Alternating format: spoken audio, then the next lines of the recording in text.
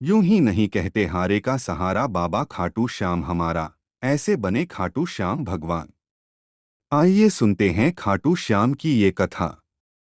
सुनने से पहले चैनल को सब्सक्राइब और वीडियो को लाइक कर देना प्लीज। तो आइए शुरू करते हैं।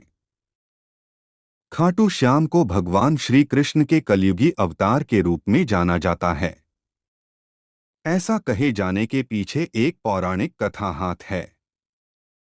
राजस्थान के सीकर जिले में इनका भव्य मंदिर, जहां हर साल बड़ी संख्या में श्रद्धालु आते हैं। लोगों का विश्वास है कि बाबा श्याम सभी की मुरादें पूर्ण करते हैं और रंग को भी राजा बना सकते। कौन है बाबा खाटू श्याम? बाबा खाटू श्याम का संबंध महाभारत काल से माना जाता है। यह पांडुपुत्र भीम के पौत्र थे। ऐसी कथा है कि खाटू श्याम की अपार शक्ति और क्षमता से प्रभावित होकर श्री कृष्ण ने इन्हें कलयुग में अपने नाम से पूजे जाने का वरदान दिया। खाटू श्याम की कथा। लाक्षागृह की घटना में प्राण बचाकर वन वन भटकते पांडवों की मुलाकात हिडिंबा नाम की राक्षसी से हुआ। यह भीम को पति रूप में प्राप्त करना चाहती थी। माता कुंती की आज्ञा से भीम और हिडिंबा का विवाह हुआ, जिससे घटोत्कच का जन्म हुआ। घटोत्कच का पुत्र हुआ बर्बरीक, जो अपने पिता से भी शक्तिशाली और मायावी था। बर्बरीक देवी का उपासक था। देवी के वरदान से उसे 3 दिव्य बाण प्राप्त हुए थे, जो अपने लक्ष्य को भेदकर वापस लौट आते थे। इनकी वजह से बर्बरीक अजेय हो गया था। महाभारत के युद्ध के दौरान बर्बरीक युद्ध देखने के इरादे से कुरुक्षेत्र आ रहा था। श्री कृष्ण जानते थे कि अगर बर्बरीक युद्ध में शामिल हुआ तो परिणाम पांडवों के विरुद्ध होगा। बर्बरीक को रोकने के लिए श्री कृष्ण गरीब ब्राह्मण बनकर बर्बरीक के सामने आए। अनजान बनते हुए श्री कृष्ण ने बर्बरीक से पूछ कि तुम कौन हो और कुरुक्षेत्र क्यों जा रहे हो।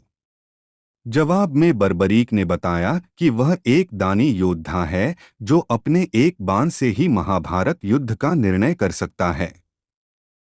श्री कृष्ण ने उसकी परीक्षा लेनी चाहिए, तो उसने एक बाण चलाया, जिससे पीपल के पेड़ के सारे पत्तों में छेद हो गया।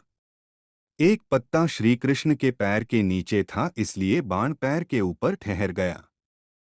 श्री कृष्ण बर्बरीक की क्षमता से हैरान थे और किसी भी तरह से उसे युद्ध में भाग लेने से रोकना चाहते थे। इसके लिए श्री कृष्ण ने बर्बरीक से कहा कि तुम तो बड़े पराक्रमी हो, मुझ गरीब को कुछ दान नहीं दोगे। बर्बरीक ने जब दान मांगने के लिए कहा तो श्री कृष्ण ने बर्बरीक से उसका शीश मांग लिया। बर्बरीक समझ गया कि यह ब्राह्मण नहीं कोई और है और वास्तविक परिचय देने के लिए कहा। श्री कृष्ण ने अपना वास्तविक परिचय दिया तो बर्बरीक ने खुशी खुशी शीश दान देना स्वीकार कर लिया।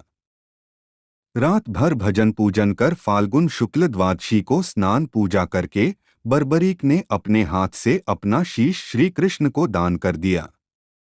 शीश दान से पहले बर्बरीक ने श्री कृष्ण से युद्ध देखने की इच्छा जताई थी, इसलिए श्री कृष्ण ने बर्बरीक के कटे शीश को युद्ध अवलोकन के लिए एक ऊंचे स्थान पर स्थापित कर दिया।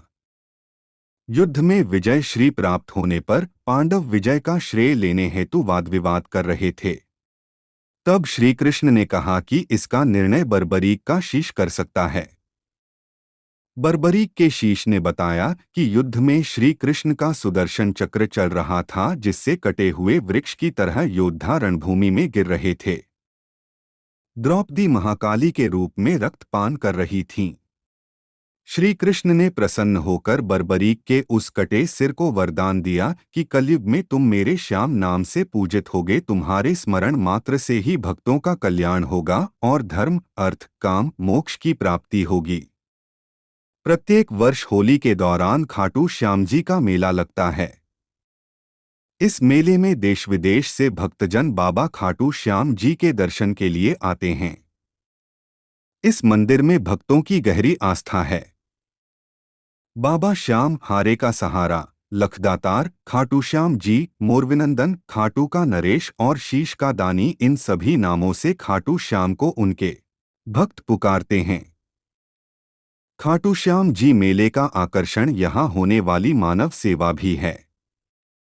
बड़े से बड़े घराने के लोग आम आदमी की तरह यहाँ आकर श्रद्धालुओं की सेवा करते हैं।